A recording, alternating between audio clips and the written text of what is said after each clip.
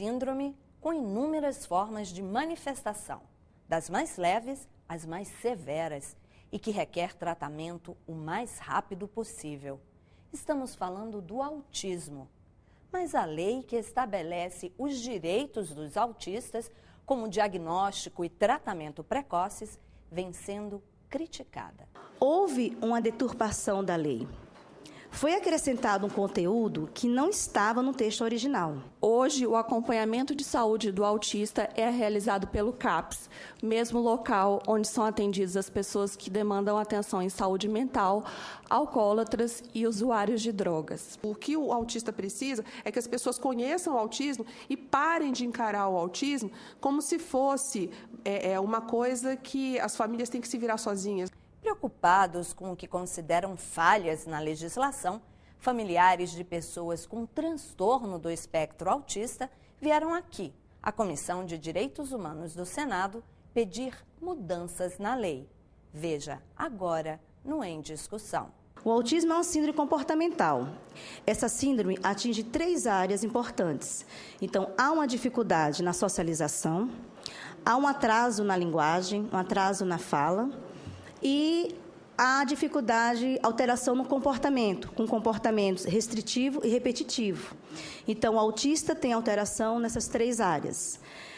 Nós sabemos que existem vários tipos de autismo, vários níveis de comprometimentos.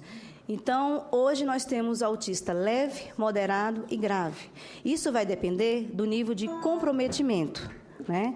Só que, como existem vários tipos de autismo, os autistas não são iguais. Então, eles precisam de um atendimento individualizado. A gente não pode pegar uma receita de bolo e oferecer para todos eles ao mesmo tempo. Não. O autismo é uma síndrome que a gente consegue detectar até os 3 anos de idade. A assistência tem que ser precoce, né? Porque a dinâmica psíquica da criança é muito variada. Assim, a gente pode intervir para que ela tenha ganhos importantes no seu desenvolvimento se a intervenção for precoce. Se a gente for ver a questão da estatística, a gente se assusta. Em 1990, nós tínhamos um caso de autista para cada 2.500 crianças nascidas vivas. Houve um aumento no número de autistas no mundo. E isso é preocupante. Então, assim, a ONU fala que são 70 milhões de autistas no mundo. Já nos Estados Unidos, os dados oficiais falam que é um autista para cada 88 crianças nascidas vivas. Só que o CDC, que é o Centro de Controle e Prevenção de Doenças, ele afirma que é um autista para cada 50 crianças na faixa etária de 6 a 17 anos. Ou seja, é um número alto, aumentou bastante. E as políticas públicas precisam ser modificadas para atender essa grande demanda.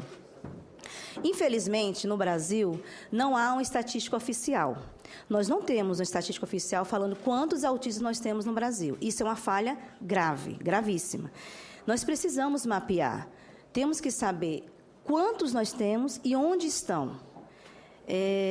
Porque, a partir daí, nós iremos o quê? Intensificar as políticas públicas, não é isso?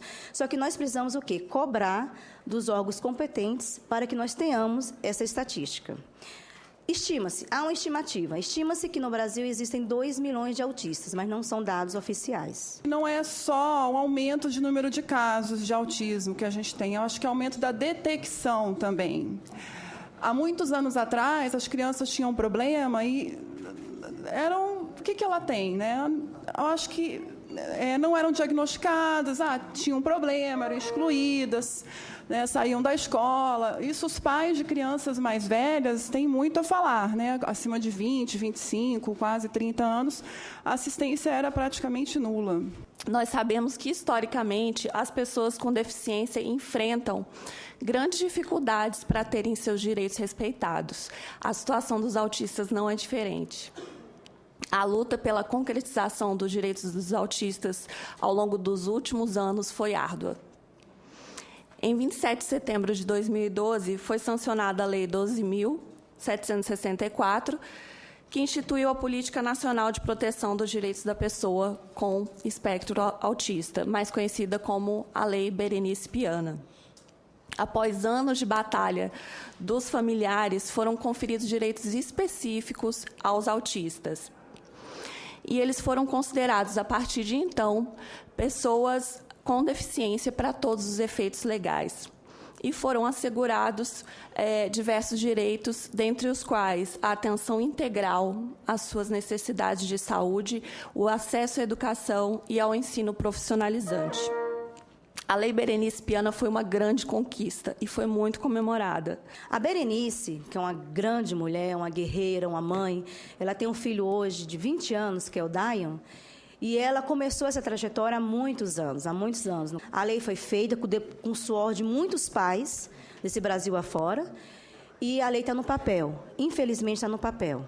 E a gente precisa que os órgãos competentes façam a fiscalização nas escolas, nos hospitais, na vizinhança, onde quer que seja, né? Houve uma deturpação da lei. Foi acrescentado um conteúdo que não estava no texto original. Depois de 2 longos anos de espera pela sua regulamentação, foi publicado o Decreto 8368, em 2 de dezembro de 2014, com o objetivo de regulamentar a Lei Berenice Piana. Porém, não foi um motivo de comemoração, considerando as omissões e os equívocos que o decreto trouxe. Eu vou citar 2 equívocos do decreto, que são os mais relevantes para nós que atuamos na luta pelos direitos dos autistas. A primeira é na área de saúde. A Lei Berenice Piana, ela confere ao autista o acesso ao serviço de saúde, incluindo atendimento multiprofissional. O Decreto 8368, hoje, confere aos autistas o direito de ser atendido na rede de atenção psicossocial do SUS, através do Centro de Atenção Psicossocial, CAPS. O CAPS ele é responsável pelo tratamento das pessoas com transtornos mentais, incluídos os decorrentes do uso de substâncias psicoativas. Ou seja, hoje o acompanhamento de saúde do autista é realizado pelo CAPS, mesmo local onde são atendidas as pessoas que demandam atenção em saúde mental, alcoólatras e usuários de drogas. Nós não temos preconceito contra o CAPS. Nós estamos exigindo um direito do autista de ser tratado no centro especializado, que isso foi acrescentado na lei e foi retirado depois nesse decreto. O autista precisa do centro especializado, é uma clínica escola, um local específico, com equipe multidisciplinar, um local que ele vai ser respeitado, que o direito dele vai ser respeitado, um local onde nós vamos ter psiquiatras, neurologistas, psicólogos, fonos, terapeuta ocupacional, professor de educação física, o que ele precisar. Os CAPs que tem hoje, a fila de espera é enorme e o autista não pode esperar. Quanto mais tempo espera, pior é o prognóstico, pior é a qualidade de vida no futuro. Por isso que nós exigimos e estamos reivindicando um diagnóstico precoce, tratamento individualizado. É necessário concentrar esse tratamento nesse mesmo local, como eu falei, com essa equipe toda. E por quê? Porque se a gente concentrar o tratamento do autista no mesmo local, com tratamento intensivo, com tratamento específico, nós vamos ter ganhos, vitórias. O autista ele vai desenvolver, ele vai ter uma qualidade de vida no futuro. E, com certeza, ele conseguirá viver em sociedade, conseguirá estudar, conseguirá formar famílias, casar e ter uma qualidade de vida. Infelizmente, a maioria dos autistas não tem, a família não tem condições de dar um tratamento adequado e o governo não ajuda. Essa imagem, para mim, ela é revoltante. Aqui mostra 2 adolescentes, 14 anos, estão amarrados numa cama, numa instituição em Alagoas. Por que eles estão amarrados nessa cama? Aliás, eles vivem assim. Porque a família não tem condições de oferecer um tratamento adequado, porque o governo não ofereceu um tratamento para essa família. Eles moravam em casa, trancados. Aí foram lá e tiraram eles para colocar na instituição, mas continuam amarrados. Eles não tiveram atendimento precoce, um diagnóstico precoce, eles não têm atendimento individualizado, não têm terapias. A questão é oferecer medicação, não resolve, ajuda, mas não é a solução. São medicados diariamente e amarrados. Se nós tivéssemos os centros especializados, com atendimento digno, eles não estariam aí nessa vida. Eles estão vegetando. Qual é o prognóstico para essas crianças? 0. É por essas crianças que a gente está aqui. Não é pelos nossos filhos, a gente luta pelo coletivo. A gente luta para que essas crianças aí tenham qualidade de vida, tenham um tratamento adequado, sejam respeitados. Veja no próximo bloco. A lei determina que o autista tem direito a acompanhante especializado nas escolas. Algumas escolas acabam contratando estagiários sem qualificação, sem preparo, para lidar com o autista.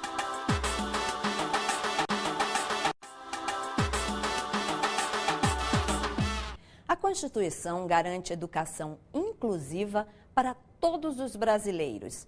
E a Lei Berenice Piana prevê que o autista tem direito ao acesso à educação e ao ensino profissionalizante, inclusive contando com acompanhante especializado.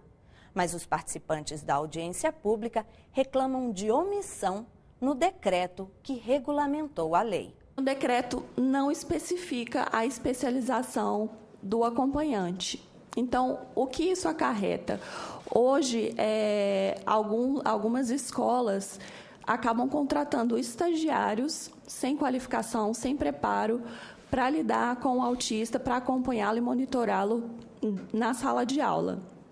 E essa falta de especificação acaba impossibilitando e dificultando muito a disponibilização desse profissional. Se o autista não tem um mediador, não tem uma pessoa que possa ajudá-lo, ele não vai conseguir otimizar e, com certeza, aproveitar o ensino como deveria ser aproveitado. No âmbito da educação, existem hoje essas duas figuras que devem apoiar a escolarização das pessoas com deficiência: o profissional de apoio e o profissional do atendimento educacional especializado.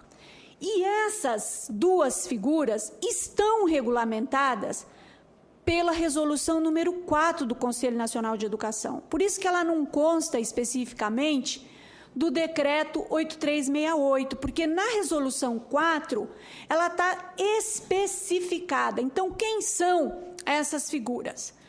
O professor do atendimento educacional especializado é, de fato, aquele responsável pelo estudo de cada caso, considerando que cada pessoa tem uma singularidade. É ele que, em contato com a família, com os professores das classes comuns, com a gestão da escola, vai fazer esse estudo de caso e vai propor o plano de atendimento educacional especializado. Existe um outro profissional também regulamentado, que é o profissional de apoio.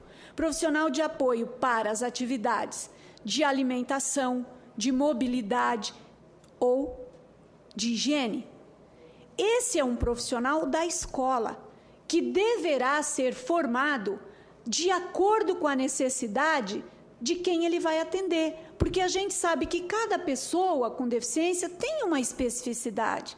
Vai ter uma pessoa que vai usar uma sonda para fazer a sua higiene pessoal, vai ter uma pessoa que vai usar uma sonda para fazer uma alimentação, vai ter uma pessoa que não vai usar uma sonda, mas vai usar uma fralda, mas vai precisar de uma ajuda para se locomover. Então, quer dizer, dentro da especificidade, o MEC recomenda que esse profissional tenha uma formação intersetorial, transversal, multidisciplinar, de acordo com a atividade que ele vai precisar prestar. Não é verdade? Então, por quê? Exatamente para se adequar à necessidade do outro e não o contrário. Quando a gente propôs essa mudança de paradigma de integração para a inclusão, a integração queria dizer que essa criança estaria pronta para frequentar a educação comum, a escola regular, né? E a inclusão, não, a escola estaria preparada para receber toda e qualquer criança e a receber bem. A prática vem mostrando, e não só a prática, mas a pesquisa, que isso não tem sido efetivo, né? Em vários congressos fora daqui do Distrito Federal, a gente escuta muito que escolas, infelizmente, não conseguiram absorver essa parcela da comunidade. Na educação especial, sabe-se que essa categoria de transtorno global de desenvolvimento é uma categoria com características bem diferenciadas, bem específicas, e que traz uma dificuldade maior, sim, para essa adequação, para essa ambientação escolar. E eu mesmo tive alunos que, infelizmente, não foram bem acolhidos na educação comum e precisaram, né, sair da escola e hoje estão em casa.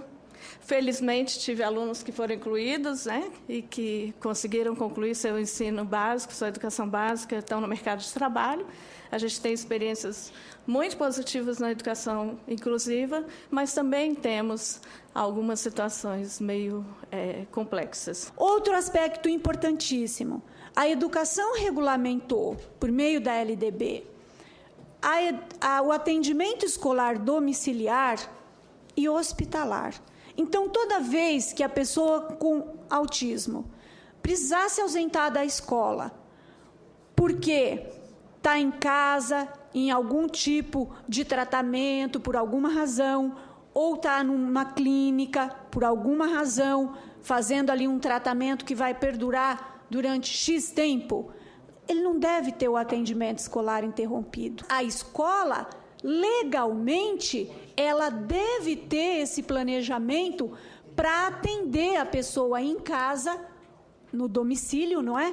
Ou no hospital, ou numa clínica. Eu queria me dirigir à fala da colega que mostrou as pessoas presas a um leito. É possível fazer um trabalho de qualidade e que esse trabalho pode ser direcionado a partir da exigência de que um planejamento em políticas públicas seja mais efetivo.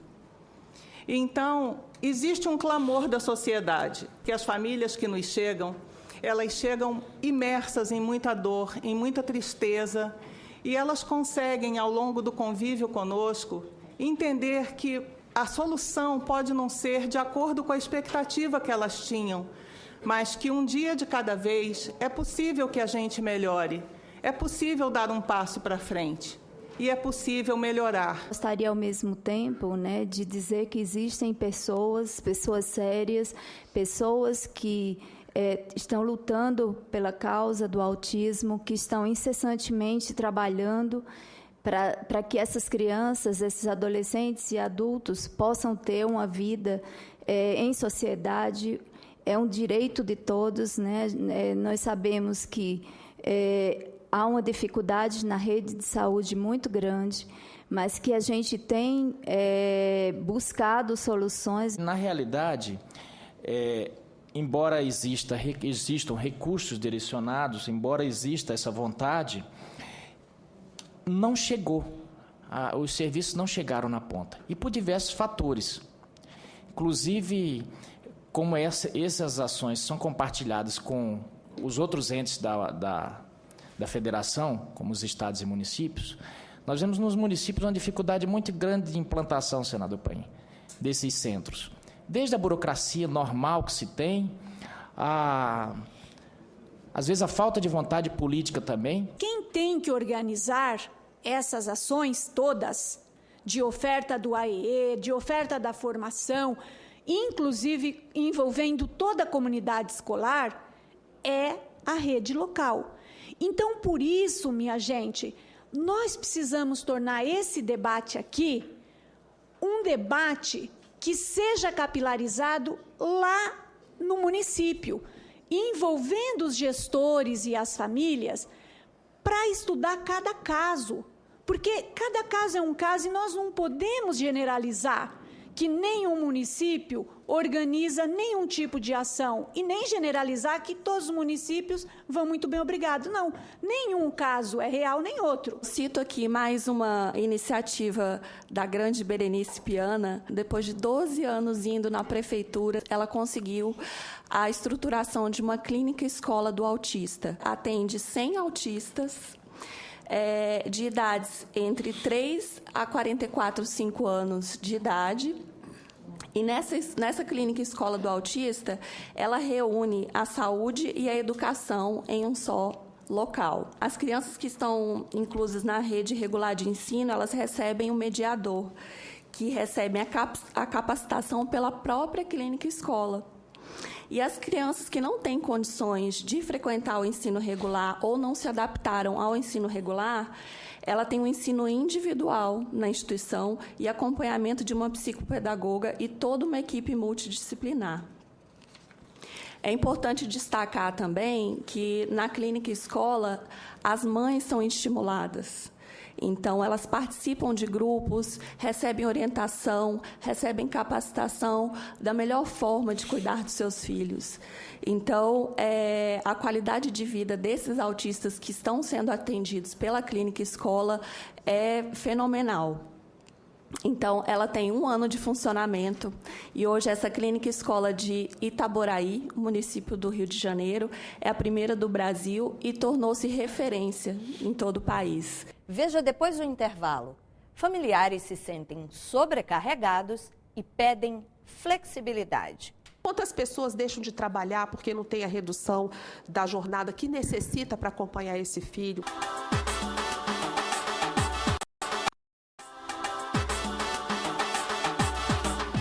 Servidores públicos responsáveis legais por pessoas autistas pedem flexibilidade na jornada de trabalho para dar conta das demandas que o tratamento exige.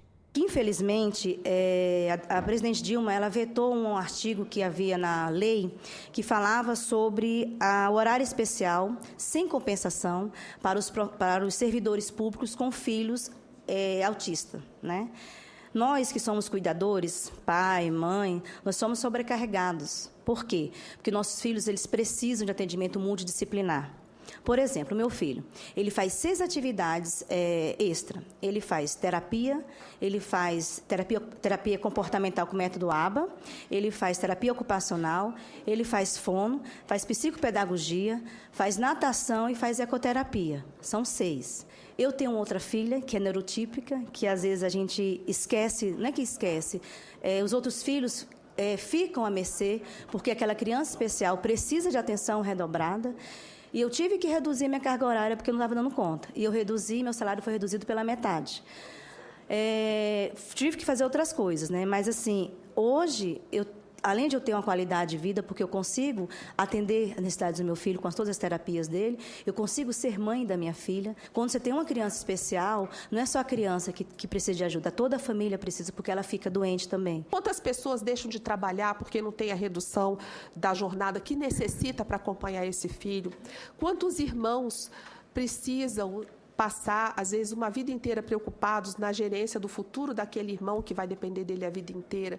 Se nós trabalharmos por essas pessoas, elas vão poder deixar de ser um peso para a família, porque isso não devia ser assim. Tramita aqui no Senado Federal um projeto de lei de autoria do senador Romário, que ele prevê horário especial sem compensação para o servidor público com filho, dependente ou cônjuge com deficiência.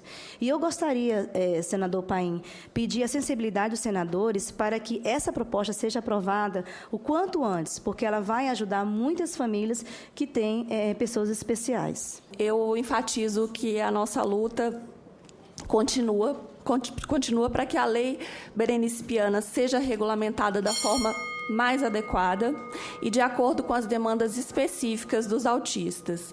Nós não mediremos esforços para que a sua regulamentação seja adequada, seja utilizando medidas judiciais cabíveis, seja pleiteando a expedição de um novo decreto do Poder Executivo. O que o autista precisa é que as pessoas conheçam o autismo e parem de encarar o autismo como se fosse uma coisa que as famílias têm que se virar sozinhas. Nós somos cidadãos, cidadãs e nossos filhos também. E a gente precisa mostrar isso todos os dias, se for possível. Nós temos que mudar a mentalidade das pessoas, a mentalidade da sociedade. E a gente muda mentalidades à medida em que a gente envolve as pessoas.